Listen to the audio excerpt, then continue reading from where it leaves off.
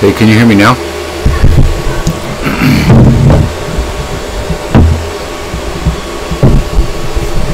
Hello?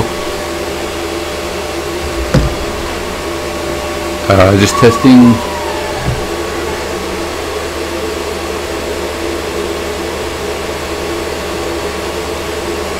Hey, can you hear me?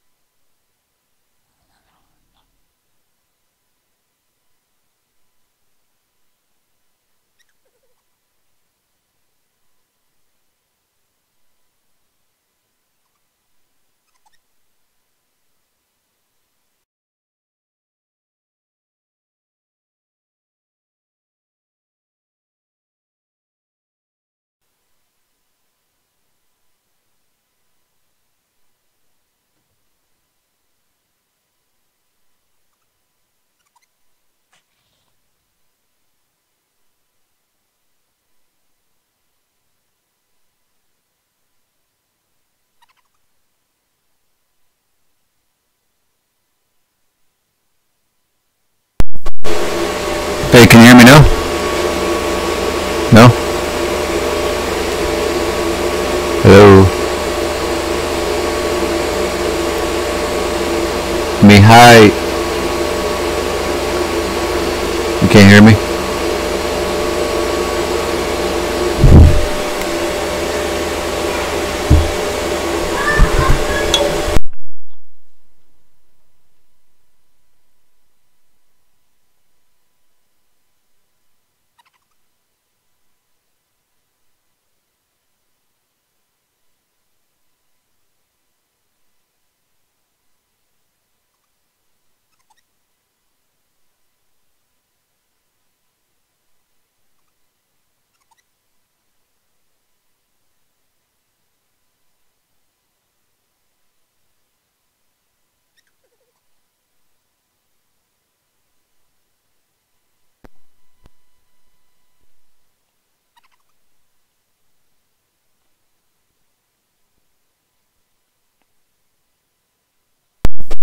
Hey, let me know if you can hear me, please. Anyways, I'm gonna play the game. I don't know if you're still there.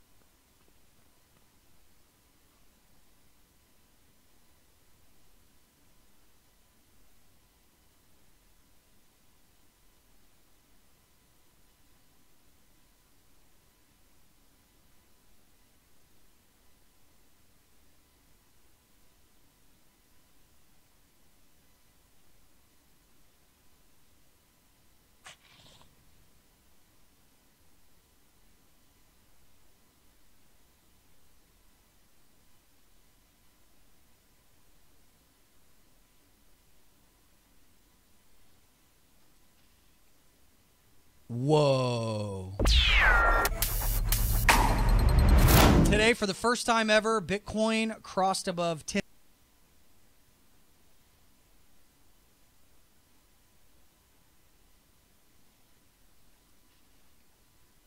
Whoa. $10,000. And in this video, I'm going to be talking about what that means, analyze some of the trends, and give you some predictions for what I think is going to happen next. So if we take a look at coin market cap, and if you go to Bitcoin, you'll notice that the price is showing over $10,000 right now.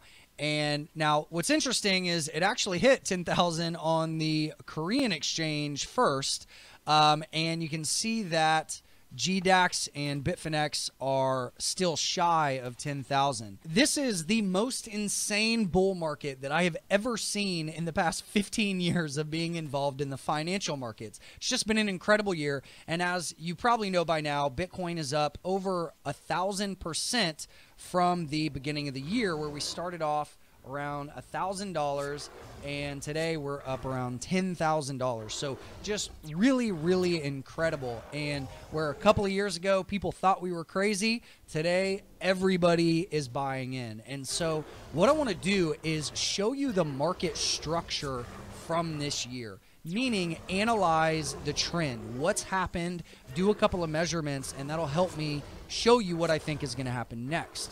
So if we go back to where this trend actually began, you know, just to put this into some perspective, back in 2015, Bitcoin was basically flat. You know, it was around $200, which is pretty hard to believe for a lot of people that are new. But around this time, this was a great time to accumulate Bitcoin. But the problem is nobody really cared. You know, there were so many Bitcoin obituaries. And then in November of 2015, so about 2 years ago, Bitcoin pumped from about $250 to $500 and then crashed very quickly. Now, this was kind of spurred by a Ponzi scheme, the MMM Ponzi scheme that a lot of you OGs might remember. But what happened from there is that put us into about a 6-month consolidation pattern where we gained about 50%, right? About a 50% range, and that lasted for a little over 200 days, right?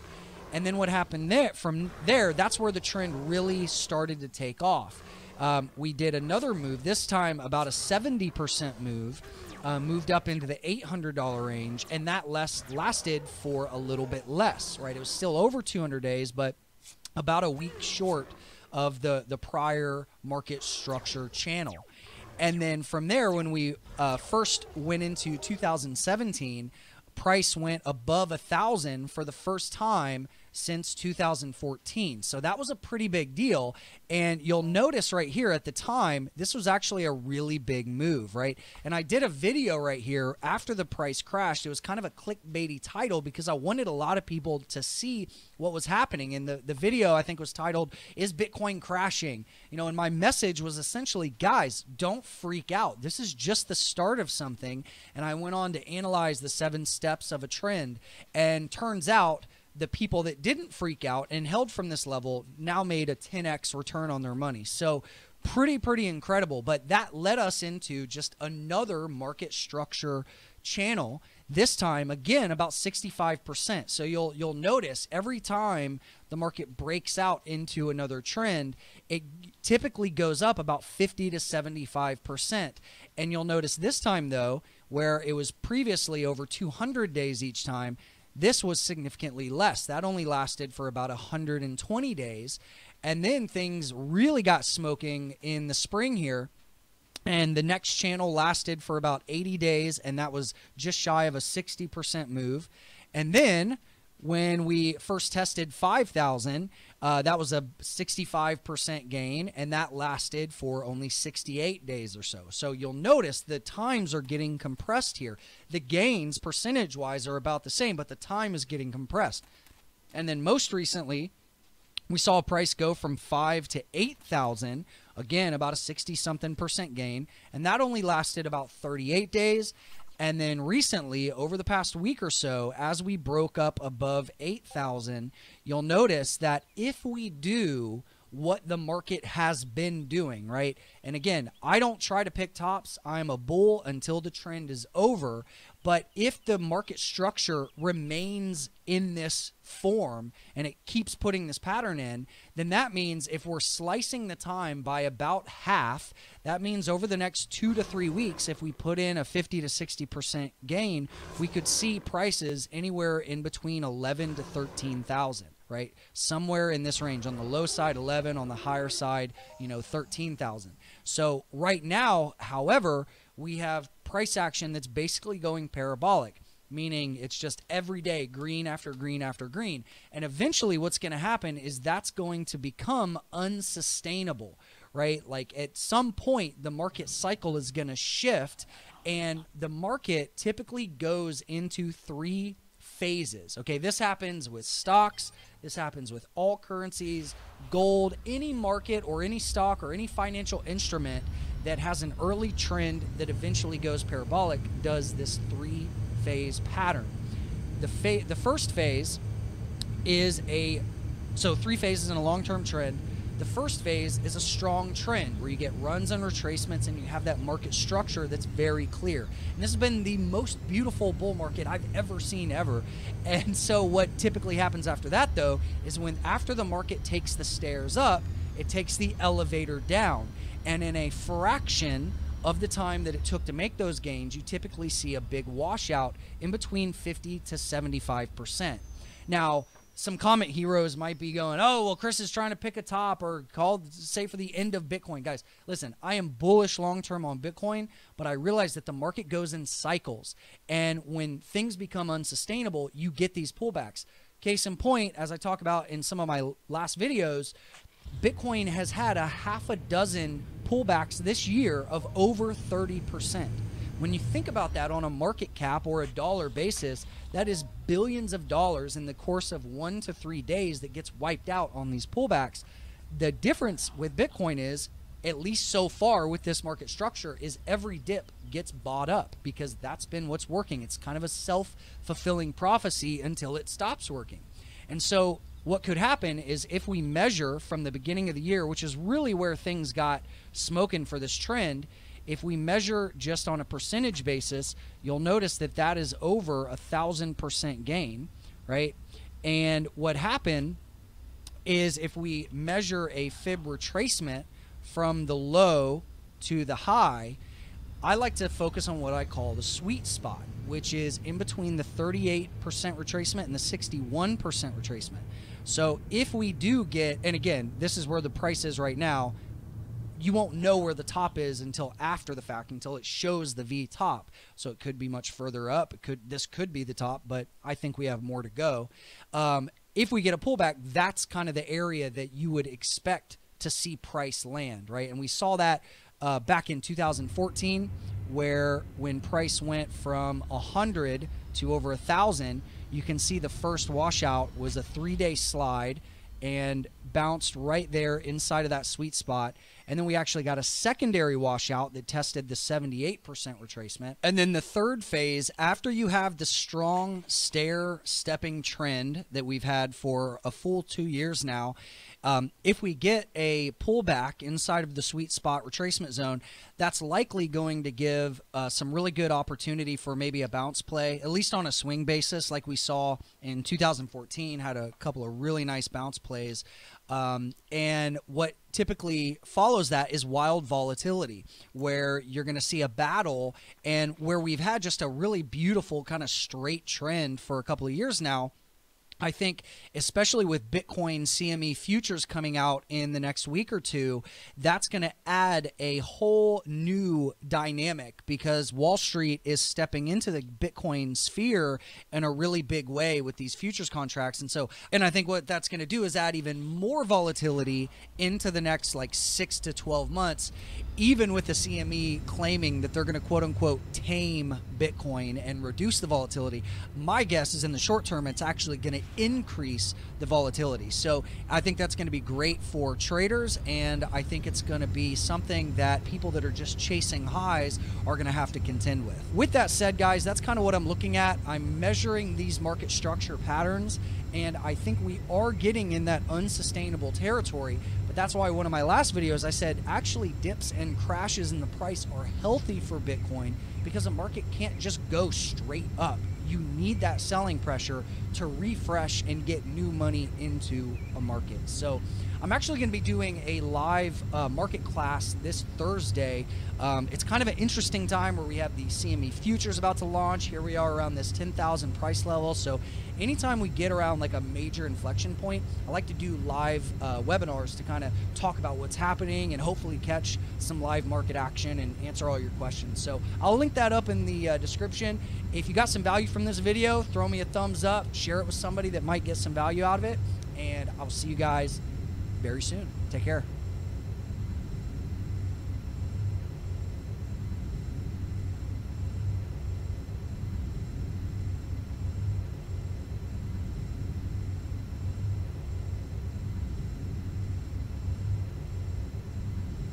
The financial system is going through a revolution.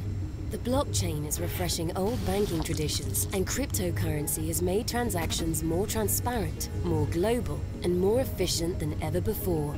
It feels like the future is here. But the only question is, why doesn't Grandpa pay for his coffee with cryptocurrency?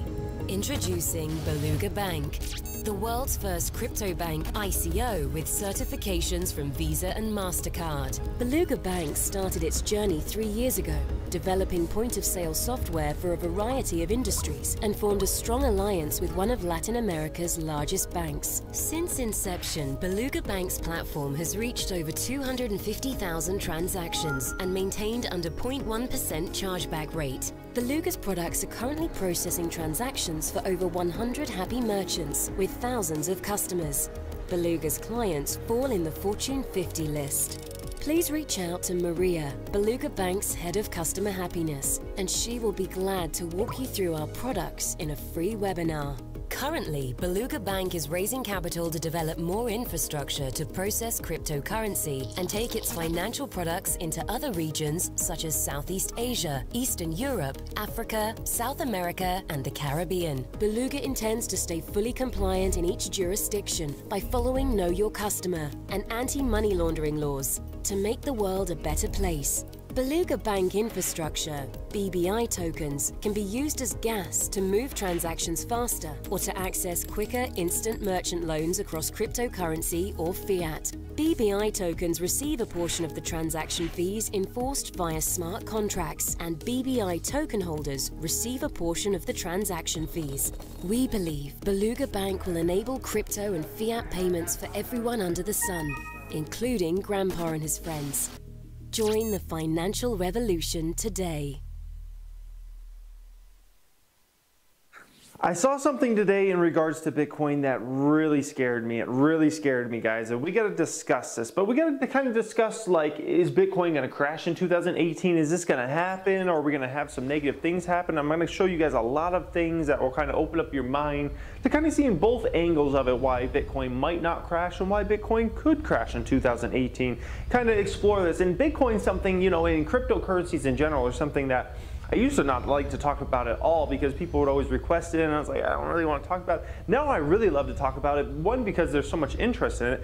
Two, because I don't have a stake either way in this game. I'm not short Bitcoin. I don't even know if there's a way you can short cryptocurrencies and things like that. I'm sure there is. I haven't looked into it. But I'm not short anything. I'm not short any stocks that are related to Bitcoin or cryptocurrencies. At the same time, I'm not long. So I'm completely unbiased in this whole game. I'm just kind of looking at it from my perspective as an innocent bystander and just watching all this. And you know, I know a lot of history of the markets and different things that have happened and whatnot. And like I said, I saw something today that really scared me, guys. So let's look at this here. So if we see here, Bitcoin has hit a record high after passing $9,000, and it's close to reaching 5 figures as investors in the cryptocurrency shrug off warnings of a bubble. The cryptocurrency rose to an all-time high of $9,700 on Monday. It's now worth more than 7 times an ounce of gold, which is seen as the safe haven in times of turmoil. And by the way, Bitcoin's up well over 1,000% this year, guys. It's absolutely insane.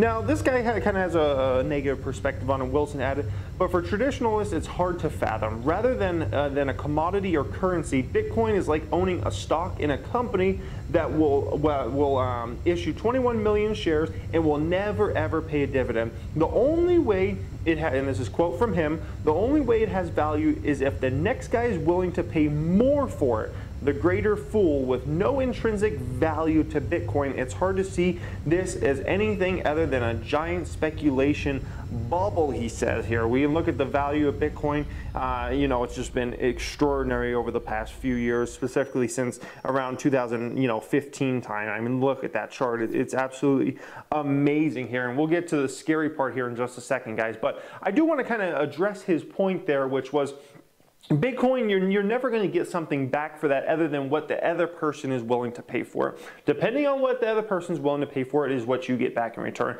It's different than most investment asset classes when you look at something as an investment purpose, right? If you look at a stock, okay, let's say a stock, you know, for whatever reason, you hold the stock for 5 years and it doesn't go up in value. It's still the same value, or maybe it's even less. Well, the company hopefully is making good profits, so then you can say, well, what the hell? I don't know why our stocks isn't going up. Let's pay out a bunch of money to you in dividends, so at least you get payment somehow, okay? That's how stocks work. Real estate, okay? Let's say for some reason your house doesn't go up in value. You hold it for 10 years, you buy this house, it doesn't go up in value, right?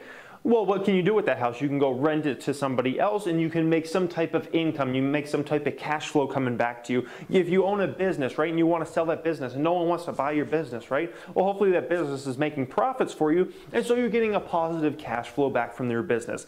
Bitcoin is not like that at all. Bitcoin, the only way you hope that it's worth more is if the other person's willing to pay more in the future. It's never going to pay you out money back to it unless somebody else pays you back money for that in the future. Okay, it's very similar to gold almost in that sense, right? Except gold actually has some value as far as like people actually wearing it as jewelry and whatnot. But for instance, gold, the only way you're going to make more money on gold is if the next guy's willing to pay more for that gold than what you paid for that gold. Okay, so that's very interesting. Now, the thing that really scared me here, guys, I saw something that I'm like, this is freaking scary.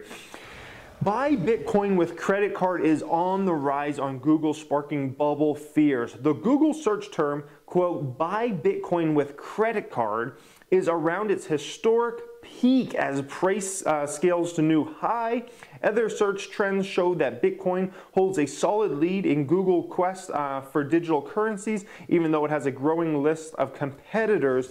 But Mitchell Goldberg, a client-first strategy, says that Bitcoin craze is a sign that we've entered the final and stupidest part of the bull market, he says, okay? He says that now on the opposite end here, this guy named Jeff Morris Jr., I believe he works at Tinder, I want to say. He says most of the smartest thinkers I know in the cryptocurrency space are in the cryptocurrency space. You can call this a bubble, or you can educate yourself and try to understand why so many brilliant people are dedicating their lives to this emerging field.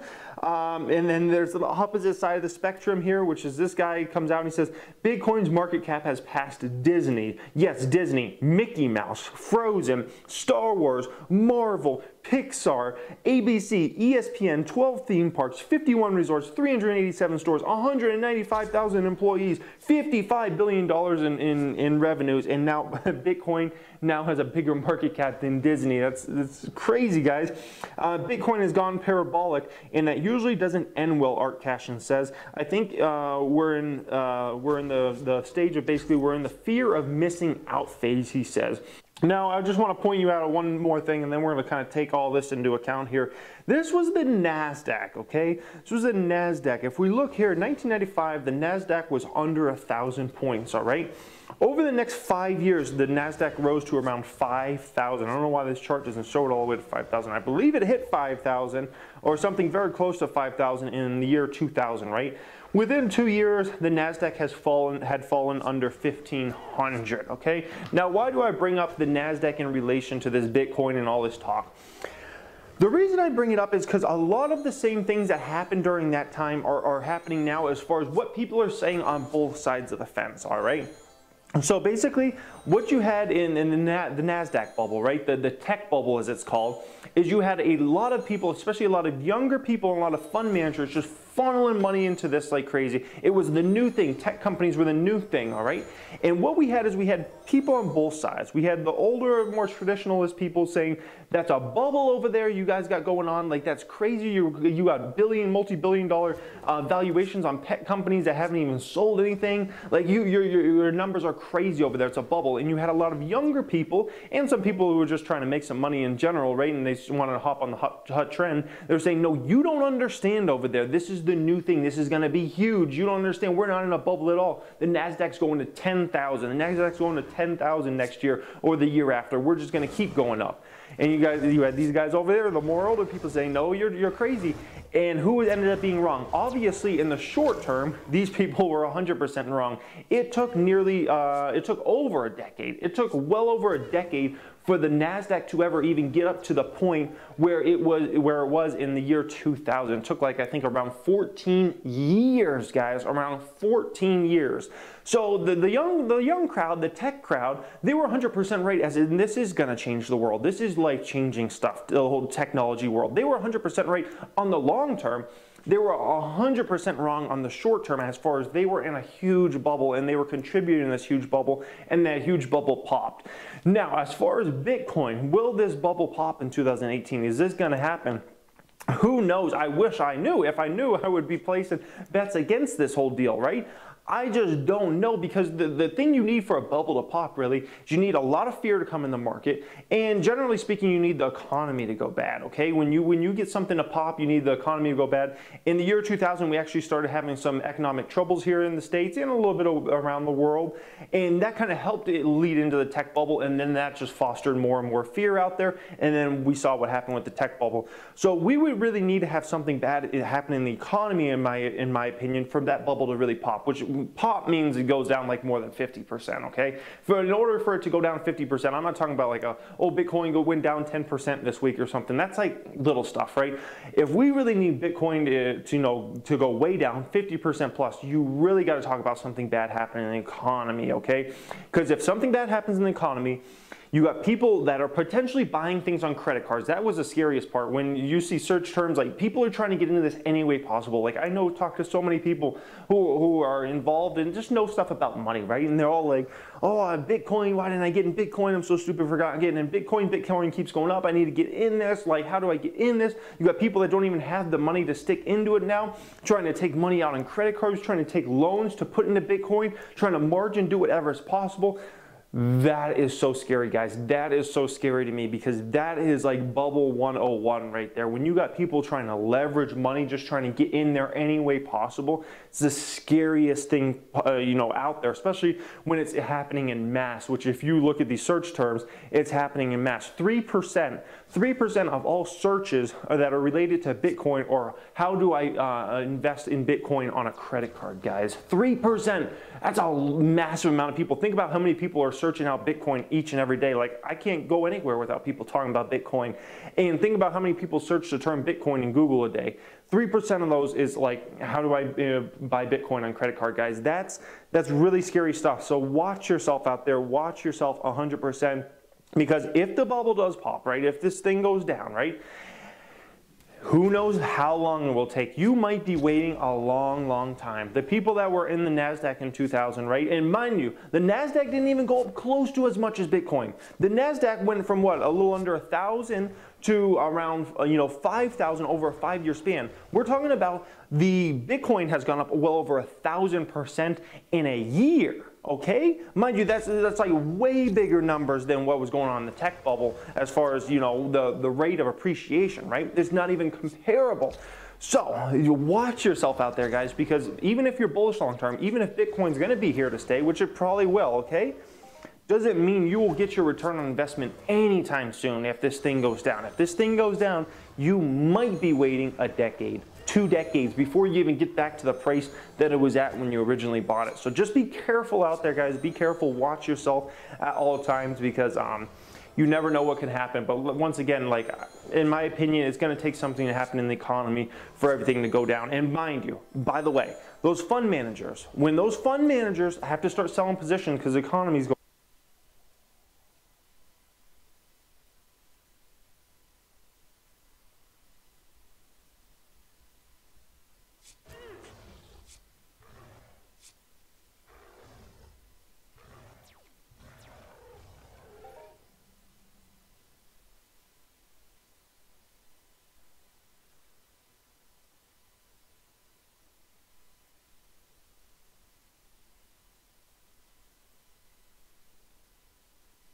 Storica, blockchain-powered global marketplace for local businesses. Hundreds of thousands of small-scale producers still have no...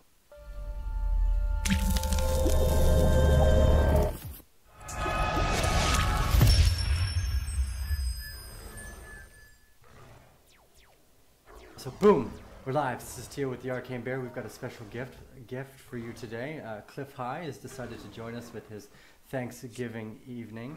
He is the creator of what he calls predictive linguistics, and in my personal opinion, one of the most amiable minds on the internet. So thank you, Cliff, for joining us today. How you doing?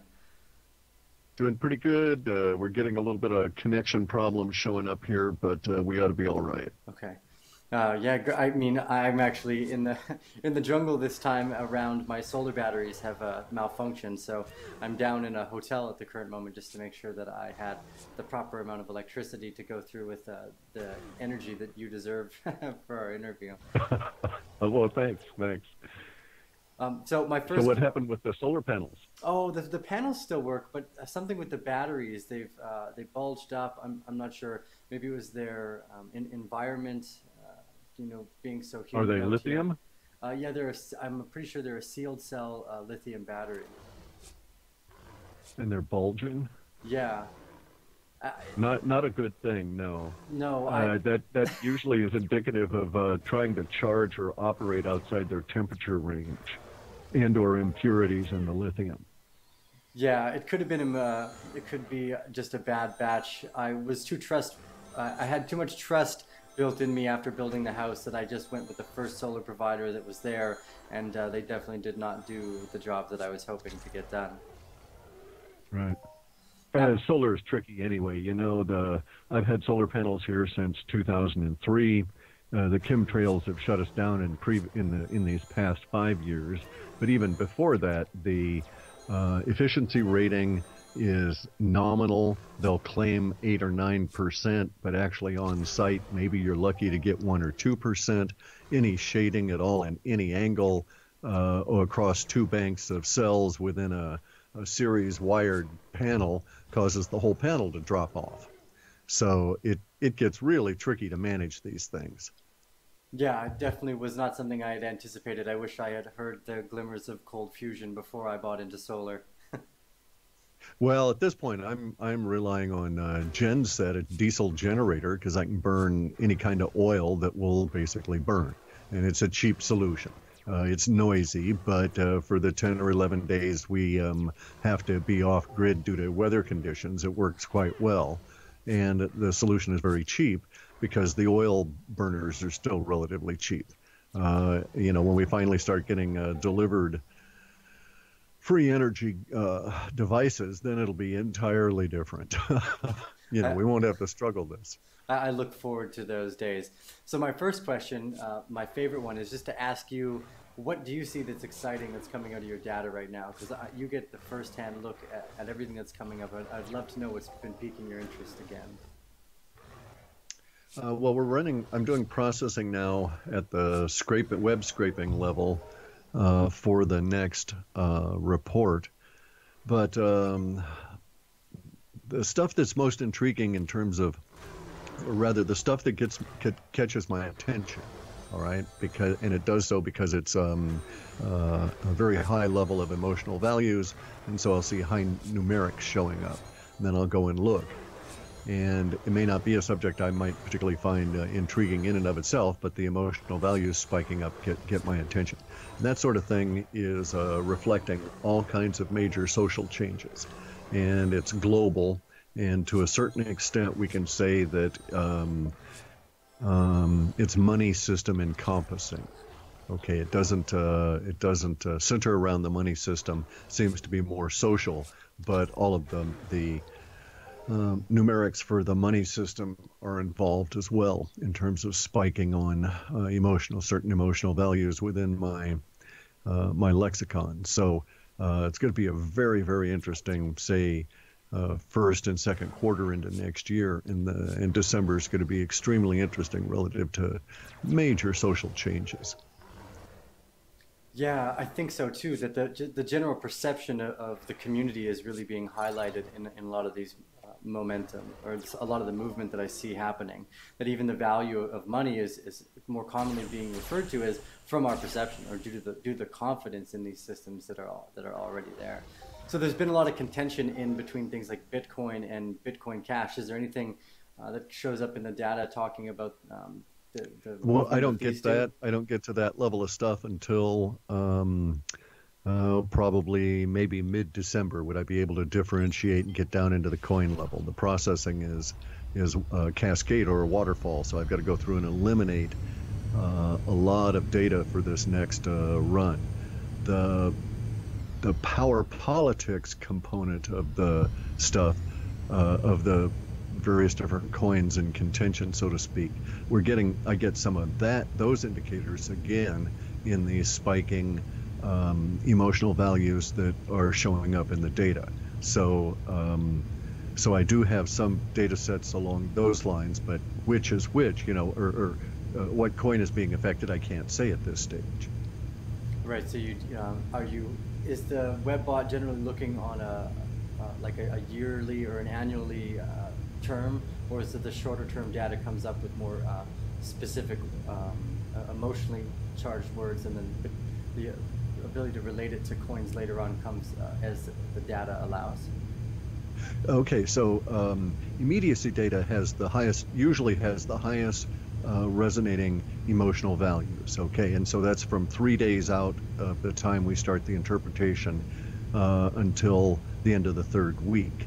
Then the shorter term data, in general, is the middle of our downward bulge in emotional values, and then we'll see an uptick in the longer term emotional values for longer term data. The problem is, on the longer term, it's spread out over such a long term of time, and there's very few data points to fill in, so interpretation becomes far less reliable. With the immediacy data, we have a very high emotional peaking and lots of detail, and so it becomes a little bit easier to peg changes in the emotion and language to events that are likely to cause these things. And so the shorter term, oddly enough, of all of them, is the most difficult to interpret because of its big spread between the immediacy data all the way out into the longer term.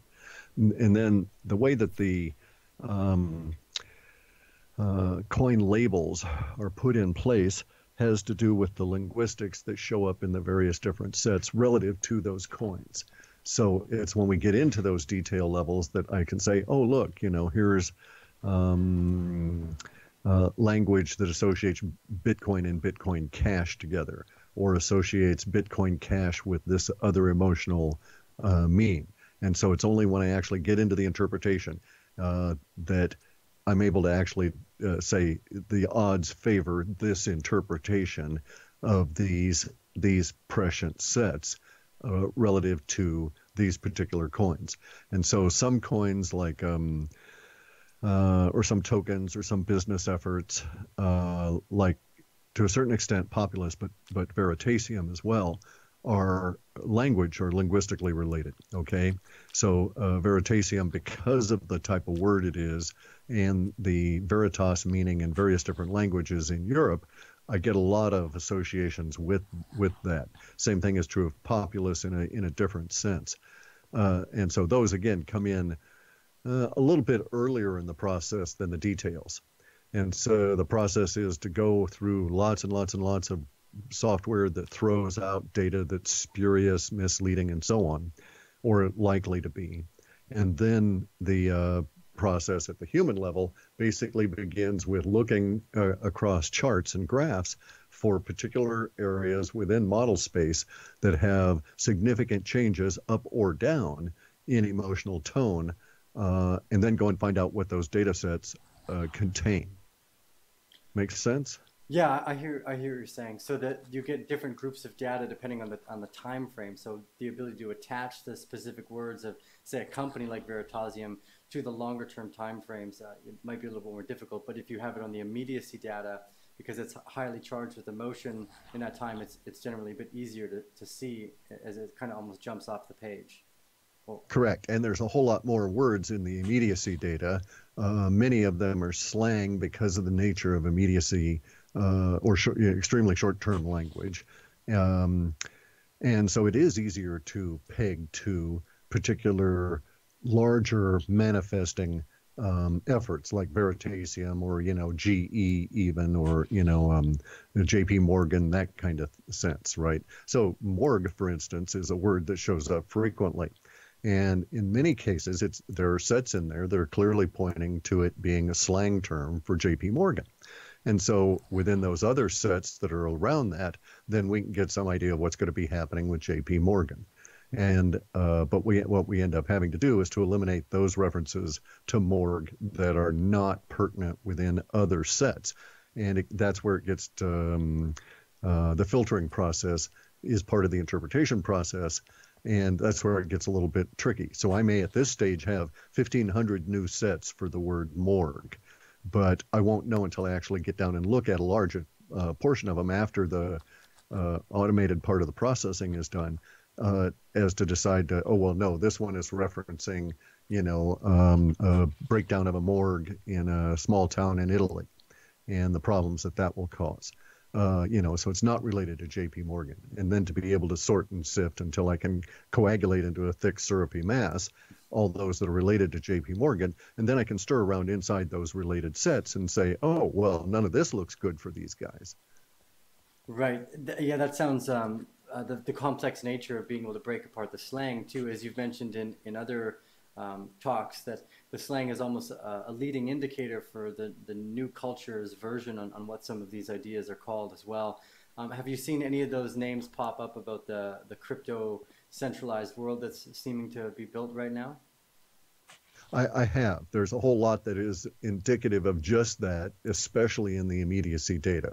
And that's how I can say with some confidence that when we hit near the end of first quarter 2018, so sometime in March, we will have demonstrable evidence that such a major social shift into a crypto-centric world is indeed occurring, or starting to occur at and I have to keep saying starting to occur, because that beginning might take us a year or two to get the early adopters well in to into the crypto world. And so it won't actually be a completed shift in my mind until we have the mainstream in, and the mainstream may take until 2024 for all I know.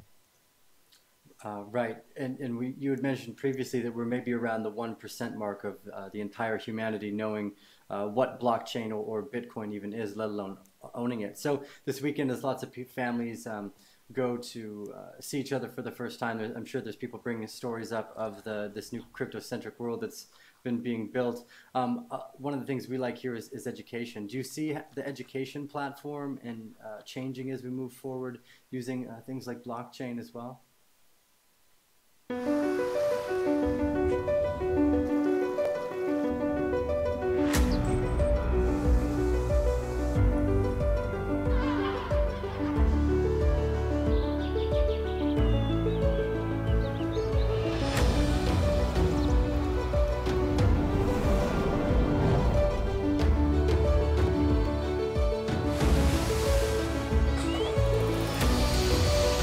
As we move forward